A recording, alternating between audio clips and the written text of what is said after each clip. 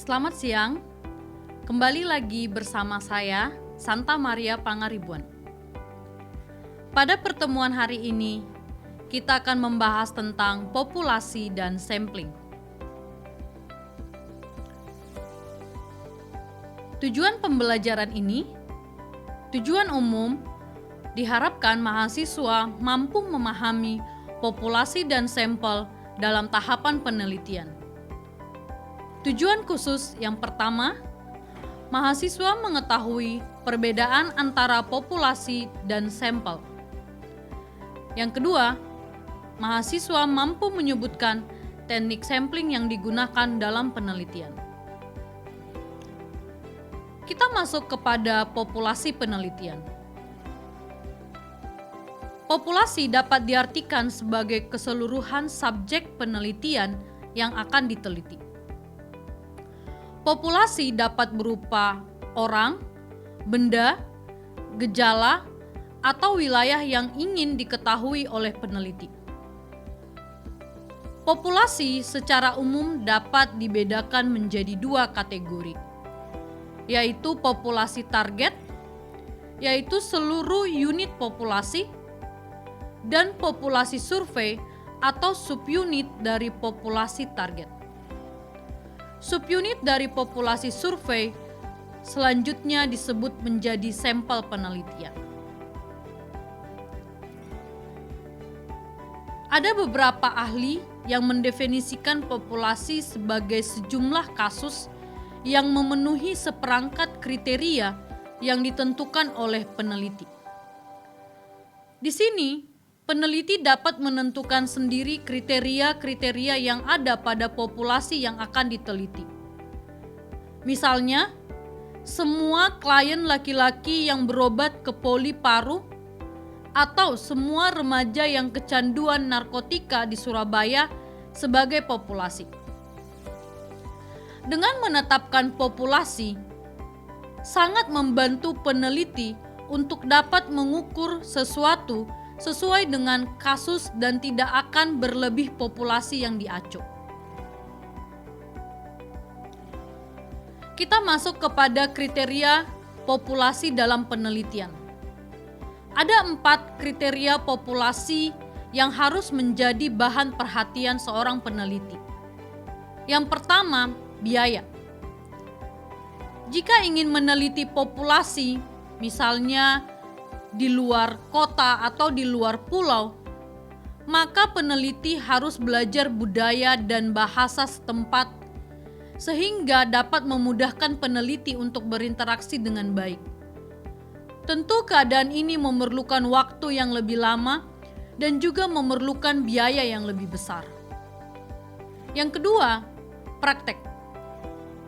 Kesulitan dari populasi dalam berperan serta sebagai subjek karena berasal dari daerah yang sulit dijangkau juga menjadi satu perhatian peneliti dalam menentukan populasi. Yang ketiga, kemampuan orang atau subjek dalam berpartisipasi dalam penelitian. Biasanya kondisi kesehatan seseorang yang menjadi subjek dalam penelitian harus dijadikan bahan pertimbangan dalam penentuan populasi. Yang keempat, pertimbangan desain penelitian. Pada penelitian dengan desain eksperimen misalnya, maka diperlukan populasi yang mempunyai kriteria yang homogenitas untuk mengendalikan variabel-variabel perancu atau variabel lainnya yang mungkin mempengaruhi atau mengganggu dalam penelitian. Kita masuk ke dalam sampel penelitian. Sampel penelitian dapat diartikan sebagai sebagian dari keseluruhan objek yang diteliti yang dianggap mewakili seluruh populasi. Dengan kata lain, sampel adalah elemen-elemen populasi yang dipilih berdasarkan kemampuan mewakilinya.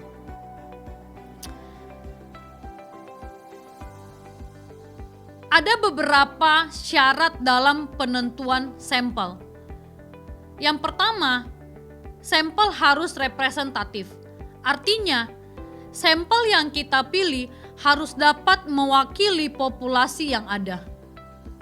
Untuk memperoleh hasil dan kesimpulan sebuah penelitian yang menggambarkan keadaan populasi penelitian, maka sampel harus mewakili populasi yang ada. Yang kedua, sampel harus cukup banyak.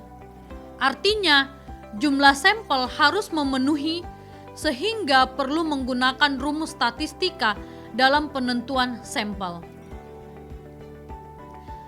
Kita masuk kepada kriteria dalam sampel penelitian. Pada saat melakukan penelitian, ada 2 kriteria sampel yang perlu dicantumkan oleh peneliti dalam tahapan penelitian. Yang pertama, kriteria inklusi.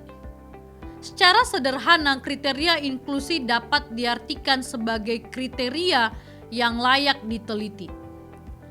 Artinya, karakteristik umum subjek penelitian dari suatu populasi target dan terjangkau yang akan diteliti. Yang kedua, kriteria eksklusi. Secara sederhana, kriteria eksklusi dapat diartikan sebagai kriteria yang tidak layak diteliti. Artinya, menghilangkan atau mengeluarkan subjek yang memenuhi kriteria inklusi dan studi karena berbagai sebab. Ada beberapa alasan mengapa subjek penelitian tidak termasuk dalam penelitian kita atau tidak layak untuk diteliti. Yang pertama, mungkin subjek penelitian memiliki penyakit yang mengganggu proses penelitian.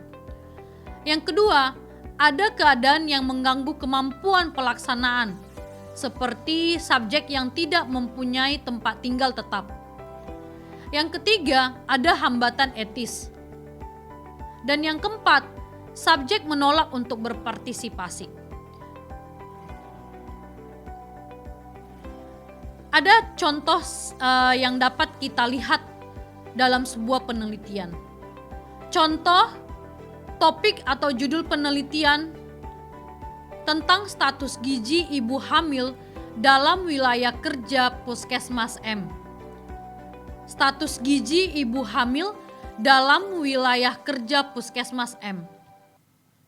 Maka populasi dalam penelitian ini adalah seluruh ibu hamil yang berada dalam wilayah kerja Puskesmas M.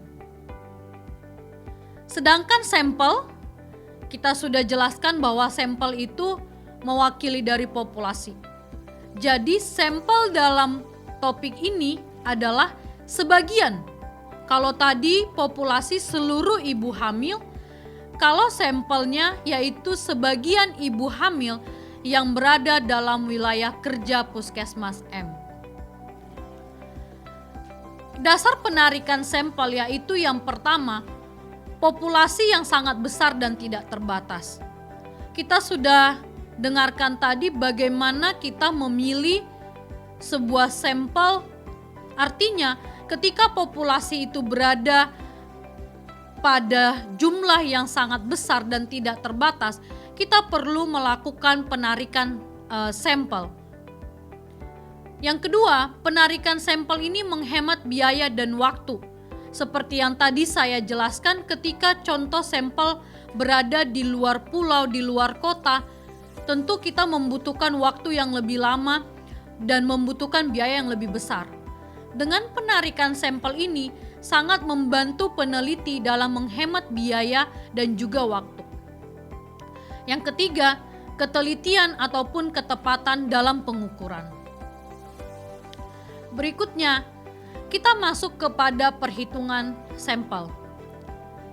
Biasanya penelitian deskriptif menurut Slovin ada rumus untuk melakukan perhitungan sampel dari banyak populasi yang kita miliki. Rumusnya yaitu N sama dengan N per 1 ditambah N dikali D kuadrat. N sama dengan N per 1 ditambah N dikali D kuadrat. N di sini untuk N kecil itu adalah besar sampel yang akan kita cari. Sedangkan N besar di sini adalah besar populasi. D di sini adalah tingkat kepercayaan yang diinginkan atau margin of error. Nah, biasanya sudah ditentukan oleh peneliti sendiri. Nah, rumus ini dapat kita gunakan apabila jumlah populasi dalam penelitian kurang dari 10.000 orang. Oke. Nah, kita lihat contohnya. Nah, seperti tadi yang saya sampaikan, nilai D atau margin of error atau tingkat kepercayaan yang diinginkan itu biasanya ditentukan oleh peneliti. Pada umumnya yaitu 5% atau 0,05. Sebagai contoh untuk perhitungan sampel, silakan nanti teman-teman coba sendiri setelah menonton video ini. Contoh soalnya, apabila kita mempunyai 1.000 orang dalam sebuah populasi, tingkat kepercayaan yang diinginkan adalah 5% atau 0,05. Maka berapa sampel dalam penelitian ini? Ingat tadi rumusnya, N kecil sama dengan N besar per 1 ditambah N besar dikali D kuadrat. N di sini adalah besar sampel dan N besar adalah jumlah populasi yaitu 1.000 orang. Sehingga rumusnya menjadi N sama dengan 1.000 per 1 tambah 1.000 dikali 0,05 kuadrat. N sama dengan 1.000 per 1 ditambah 2,5. N sama dengan 1.000 per 3,5 sehingga besar sampel yang didapatkan adalah 285,7. Apabila dibulatkan, maka besar sampel minimal dari 1.000 populasi pada margin of error 5% atau tingkat kepercayaan 5% adalah sebesar 256 sampel atau 286 responden. Kita masuk kepada teknik sampling dalam penelitian. Sampling adalah suatu proses dalam menyeleksi porsi dari populasi untuk mewakili populasi. Secara umum, teknik sampling ada dua, yaitu probability sampling dan non-probability sampling. Probability sampling dapat diartikan sebagai teknik pengambilan sampel yang didasarkan atas probabilitas bahwa setiap unit sampling memiliki kesempatan yang sama untuk terpilih menjadi sampel. Yang kedua, non-probability sampling yaitu teknik pengambilan sampel yang besarnya peluang anggota populasi untuk terpilih menjadi sampel tidak diketahui. Probability sampling terbagi atas 4 teknik sampling. Yang pertama, simple random sampling. Yang kedua, cluster sampling. Yang ketiga, proportional stratified random sampling. Dan yang keempat, disproportional stratified random sampling. Sedangkan non-probability sampling terbagi atas 6 teknik sampling. Yang pertama, consecutive sampling. Yang kedua, purposive sampling. Yang ketiga, quota sampling. Yang keempat, incident sampling. Yang kelima, sampling jenuh. Dan yang keenam, snowball sampling. Kita lihat untuk probability sampling jenis yang pertama, simple random sampling. Simple random sampling dapat diartikan sebagai pengambilan sampel yang dilakukan secara acak. Cara ini dipakai jika anggota populasi dianggap homogen atau sejenis. Caranya biasanya semua nama orang yang termasuk dalam populasi diletakkan atau dimasukkan ke dalam kotak.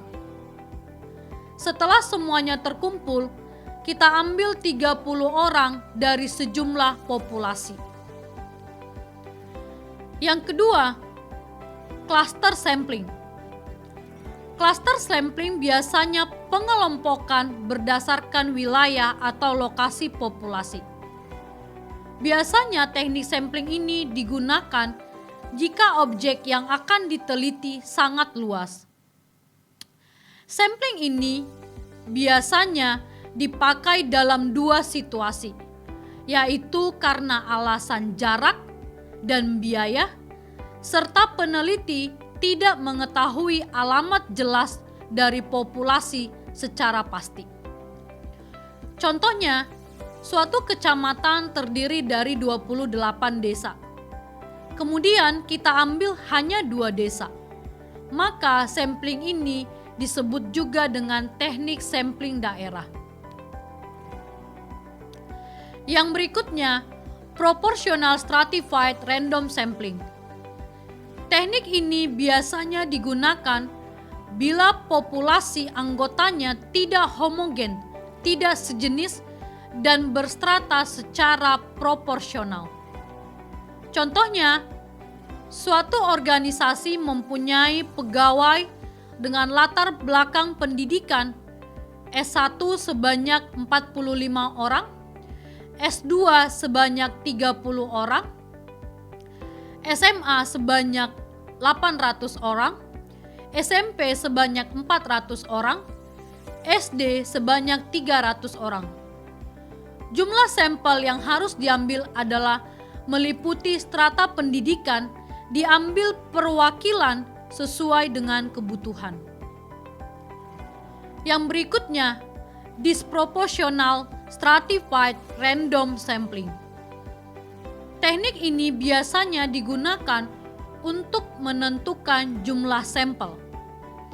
Bila populasi berstrata tetapi kurang proporsional.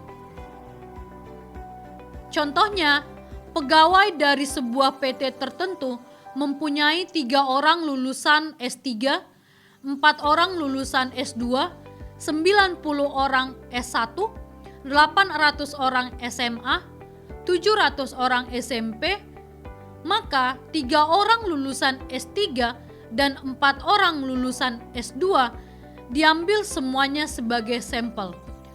Karena kedua kelompok itu paling kecil jumlah populasinya dibandingkan dengan kelompok S1, SMA, dan SMP. Berikutnya, systematic sampling. Systematic sampling ini merupakan teknik penentuan sampel berdasarkan urutan dari anggota populasi yang telah diberi nomor urut. Kita masuk kepada jenis teknik sampling non-probability sampling. Yang pertama, purposive sampling. Purposive sampling merupakan teknik penentuan sampel dengan pertimbangan tertentu sesuai dengan yang dikehendaki oleh peneliti. Contoh, peneliti akan melakukan penelitian tentang disiplin perawat. Maka sampel yang dipilih adalah orang yang ahli dalam bidang keperawatan saja. Yang kedua, consecutive sampling. Consecutive sampling yaitu pemilihan sampel dengan konsekutif atau berurutan, yaitu pemilihan sampel dengan menetapkan subjek yang memenuhi kriteria penelitian dimasukkan dalam penelitian sampai kurun waktu tertentu, sehingga jumlah klien yang diperlukan atau responden yang diperlukan terpenuhi. Yang ketiga, kuota sampling.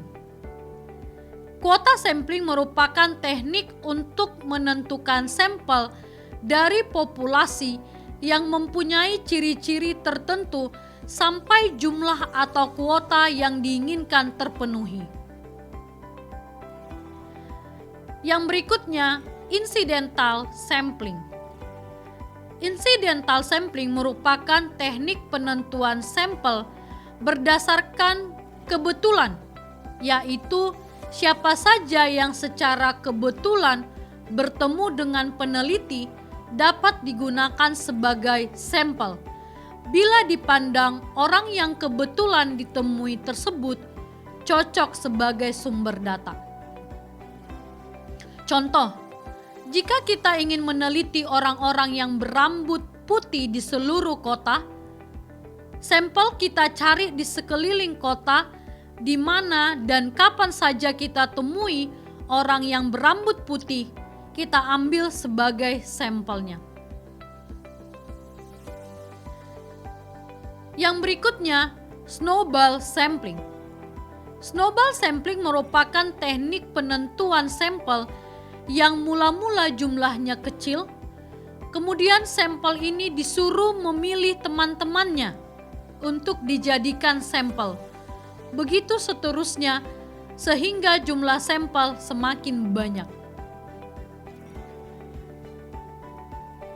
Sebagai penugasan, silahkan mengerjakan soal berikut ini, yaitu untuk mencari jumlah sampel berdasarkan dengan rumus Slovin. Penugasan yang pertama, seorang mahasiswa bernama Doni ingin melakukan sebuah penelitian di Sukamaju dengan populasi sebanyak 700.000 orang.